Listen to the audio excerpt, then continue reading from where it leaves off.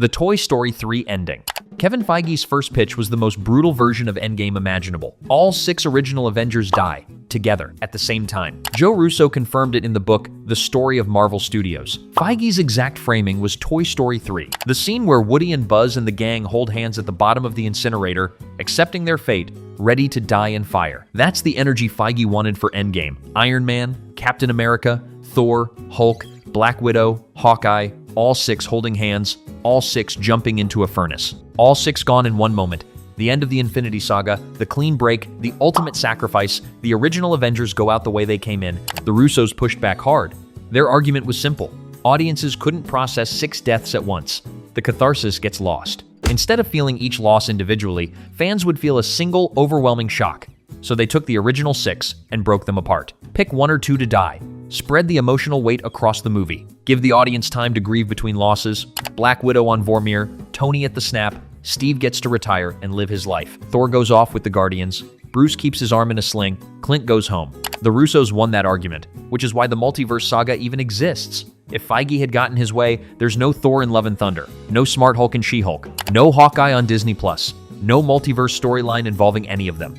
The entire shape of Phase 4 and beyond comes from the Russos saying no to one pitch. Thanos beheads Captain America.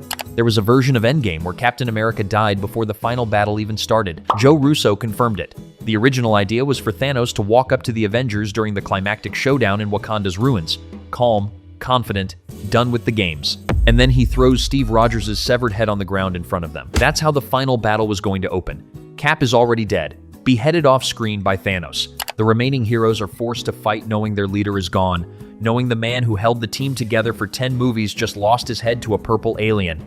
The visual would have been the darkest moment in any Marvel movie, period. They cut it for obvious reasons. Endgame was a tribute to 10 years of Marvel storytelling. Killing Captain America off-screen, before the climactic battle, before he gets to wield Mjolnir, before he says Avengers Assemble, would have wrecked the entire emotional arc of the movie.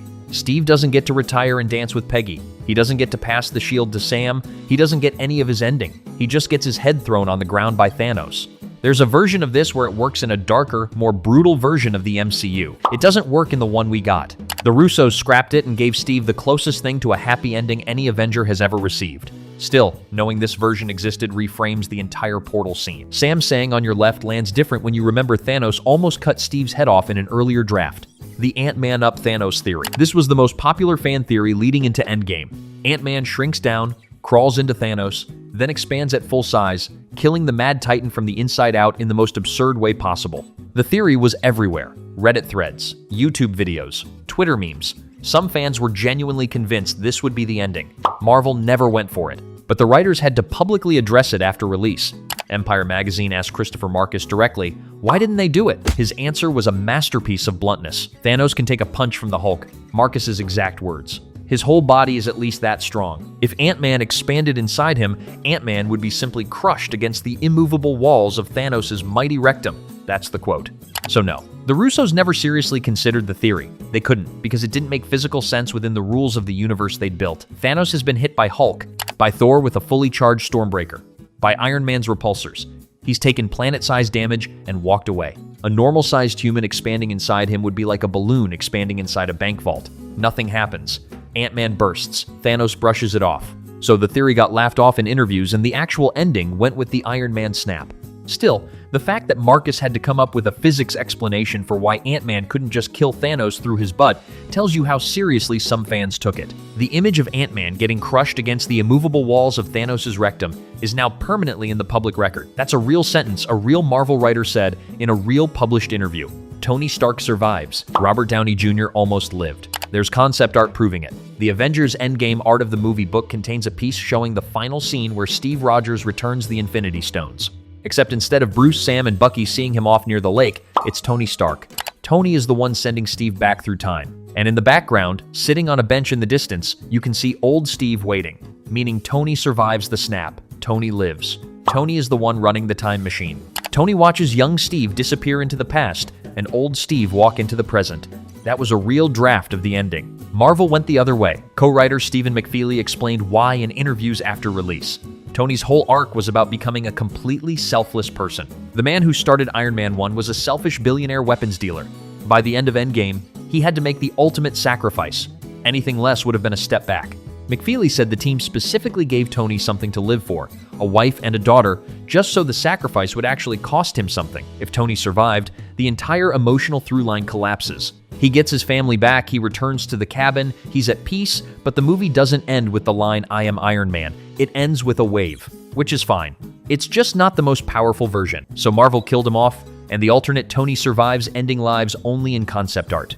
If you're loving this breakdown, make sure to subscribe and hit the bell. We've got more coming. Let's keep going. The heroes kneel for Tony. There's a Tony Stark death scene that almost made the final cut. It was actually filmed, released on the Disney Plus Avengers Endgame deleted scenes, and it changes the entire ending.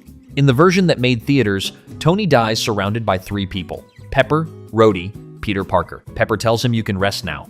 He smiles, the light goes out of his eyes. Quiet, personal, intimate. The alternate version is the opposite. Same moment, same snap, same dying breath. But this time, instead of 3 people at his side, it's everyone. Every Avenger on the battlefield stops fighting, walks toward him, and kneels. Captain America, Thor, Black Panther, Spider-Man, Doctor Strange, all of them on their knees, surrounding Tony as he dies. It would have been one of the most epic deaths in cinema history. The founding father of the MCU dying with every hero he helped create kneeling around him in tribute. The shot is massive, operatic. It would have hit theaters like a religious moment. So why cut it? Because it was too big. Tony's death needed to feel personal, like the loss of a husband, a father, a friend. The full battalion of Avengers kneeling turns the moment into a state funeral. The audience cries because everyone is crying with them. The version they used cuts deeper. You feel Pepper losing her husband. You feel Peter losing his mentor. You feel Rhodey losing his best friend. 3 Faces is more emotional than 50. The Russos made the right call. But the kneeling version still exists, sitting on Disney Plus, waiting for fans to find it.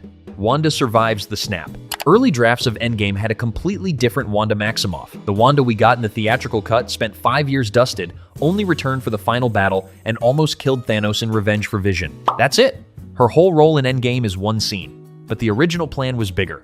Marcus and McFeely revealed that early drafts had Wanda survive Thanos' snap entirely. She'd be one of the heroes left on the field after Infinity War, mourning Vision, mourning her brother, mourning her parents, the most emotionally wrecked Avenger still standing. And she'd participate in the time heist alongside everyone else, joining one of the teams traveling back through MCU history to retrieve an Infinity Stone.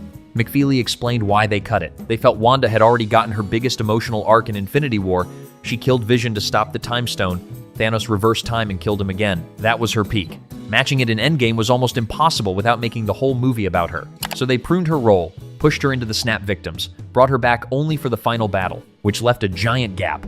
Wanda was one of the most powerful Avengers, and she barely showed up in the biggest crossover movie of all time. The decision created the entire WandaVision plotline. Because they had to put Wanda somewhere after Endgame, they had to give her grief room, so they spun off a Disney Plus show specifically to give her the arc she lost. The multiverse saga's most important storyline exists because Marvel cut Wanda from Endgame. Nick Fury dies in the final battle. Concept art from Endgame's production showed something fans never saw on screen. Nick Fury, eye patch, long coat, lying dead on the Wakandan battlefield, killed during the final fight against Thanos. The artwork was real, done by Marvel concept artist Stephen Shirley, released years later, and it pointed to a version of Endgame where Fury didn't survive the snap return. He came back from being dusted, joined the Wakanda assault, and got killed by one of Thanos' forces, the man who founded the Avengers, the man who recruited every original member, the architect of the entire MCU, dying on the same field where the team he built finally beat the villain he prepared them for. Christopher Marcus addressed it at San Diego Comic-Con 2019, said Fury was never seriously in the final battle, suggested the concept art was likely made for fun or as an early what-if. But concept artists at Marvel don't usually draw character deaths for fun. The art exists because someone in the production seriously considered it at some point. Maybe it was the version where Feige's Toy Story 3 idea was still on the table. 6 Avengers and Fury all dying at once.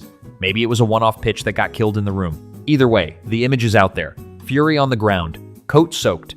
The MCU's most consistent background presence finally taking his exit. Samuel L. Jackson would have been done with the role after Endgame. Instead, he went on to Secret Invasion, Captain Marvel 2, and a confirmed role in Avengers Doomsday. The snap didn't kill anyone. This is the deleted scene that quietly rewrites the entire Infinity Saga. It's on Disney Plus.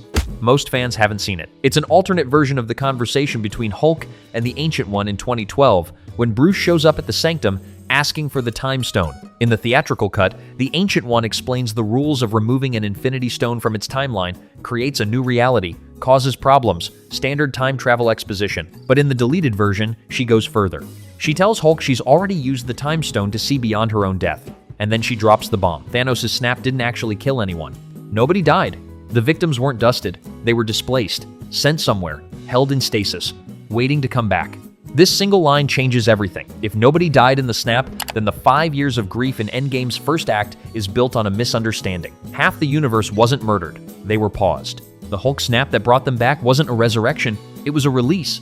They were always alive, just trapped wherever Thanos sent them. It also fixes the biggest plot hole in the MCU. How did Spider-Man come back exactly where he disintegrated, fully clothed, with no memory of dying? Because he didn't die. He got stuck. The scene was cut because it would have undermined the emotional weight of Infinity War's ending.